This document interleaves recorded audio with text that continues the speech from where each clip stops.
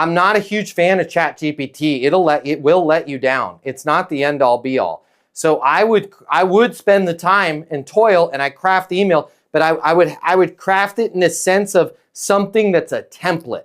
Because here's the thing, in our conversations with our prospects, even though each situation is unique, it's going to be kind of the same forces. So figure out what are the variables that you need to change and then just have the rest of the email be a template.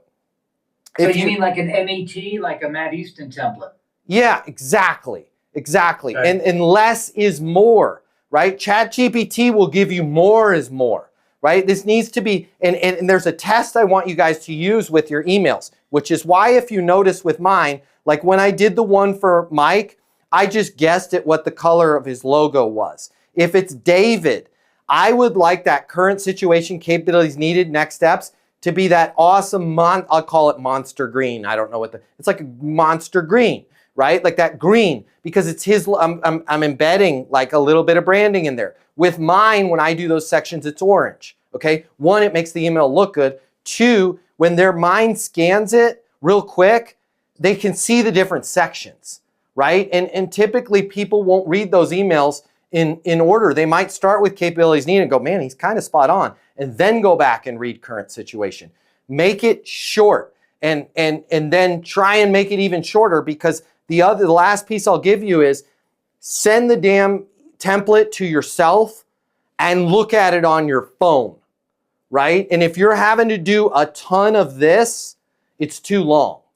One or two sentences goes a long way on the front end of one of these.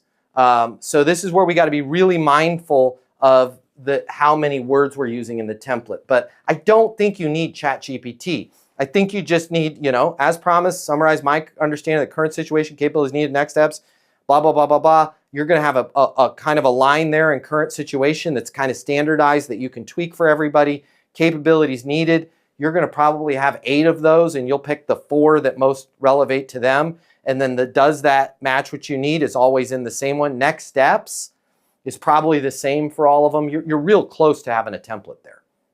Got it. And then the template's going to give you efficiency. So I don't have to sit there and come up with, just plug it in, plug it in, plug it in, plug the various templates in. Yep. Okay. And if you've done your work, then your follow-up is really easy, because you don't have to say, call in to see if you got my email. You can say, hey, Blake, Matt Easton over here at Easton XYZ, call in to see if it makes sense to move forward with the restaurant marketing campaign, so you can go so we can get you on that path to going from 3.5 million in total volume there at Tico's Tacos to well over 5 million without having those increases in advertising.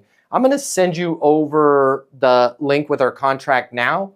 And I'm on my mobile, 720-660-3202. That email serves as an anchor to where I don't have to readdress that information or follow up on that information or check in on that information or ask her if she's got any questions, because I sent it over.